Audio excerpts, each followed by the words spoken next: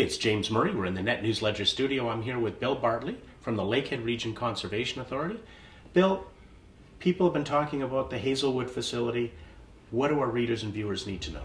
Well, this decision that we made was not made lightly to dismantle the building that's presently at the Hazelwood Lake. We call it the Hazelwood Lake Center, and it's because when we built that building in the 1993-1994, it was built from insurance proceeds from the old log cabin we had out there, which burnt down.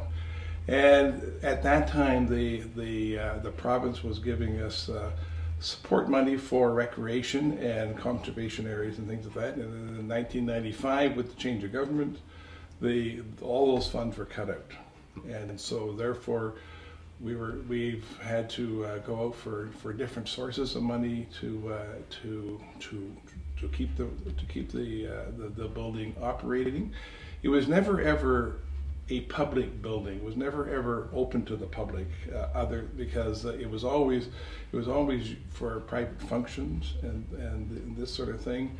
It has never affected the operation of the Hazelwood Lake Conservation Area, which people can go to all the time because our trails are still there, our interpretive panels are there, our interpretive trails are there, the beach is there. Lots of people go out and swim in the summer and go out in the winter and fish and do all that sort of. That is always going to be there. It's not that. It's this. So when we say dismantling the building, we're taking the building down because it's costing us money to keep it there.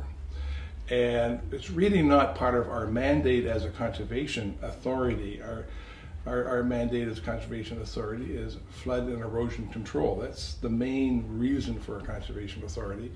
And the conservation areas and recreational programs that we do are nice things to have. And we like to do that, and we have 6,000 acres or hectares of land that people use all the time. But really, when you take a look at the entire year, it's only used for weddings and maybe the odd reunion, and the odd time the university may use it or the college may use it for a webinar. But we have tried everything. We had a marketing strategy people come in and talk to us about how to market the center. We hired an intern to help develop a marketing plan for the building.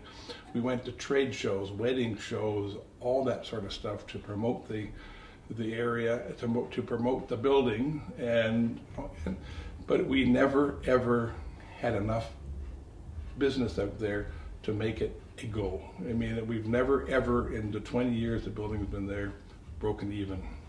So this is more of a business decision to let the Conservation Authority focus on its core issues. It was a business decision that the board made last fall after a number of years of discussing what should we do with the center, and it finally came that we said we've enough's enough. We can only spend so many dollars chasing dollars, and people realized there's a number of people out there who said we should have advertised, should have promoted this. People didn't know it was there.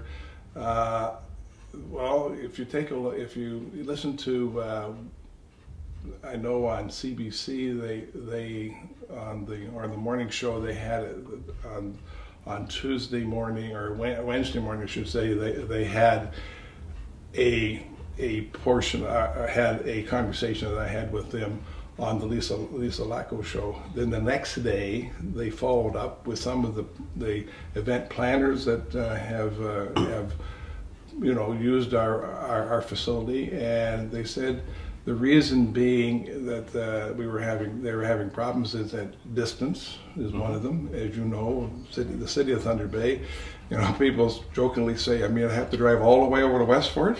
Yes. So that people just have, they say, oh, that's too far out. It's 14 kilometers from Dawson Road. It's not exactly far out. we had no kitchen facilities. Well, it was never built to be a catering thing. We partnered up with some caterers in town who would then bring out their equipment and everything else. They were holding a function. It wasn't any air conditioning. And when it was built in 1993, 1994. Air conditioning wasn't a great factor in buildings, and for us to put air conditioning in there would cost us thousands of dollars, and that was all part. Of course, now the building's 20 years old. There is major maintenance are going to have to be done to the building. So finally, we said, we have to draw the line in the sand, and we just said, what? Let's just take the building down. When I say take the building down, we approached the restore and said, we have a building, would you like to dismantle it? They said, absolutely. So they are going out and dismantling the building and recycling everything that they possibly can out of that building to be sold either in their store or used elsewhere, or part of it maybe be used in one of their new builds that they're doing.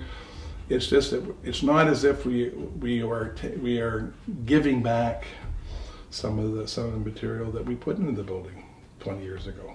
So, Bill, I want to thank you for coming in and straightening that up. You're welcome. Thank you. Thank you very much, Jim.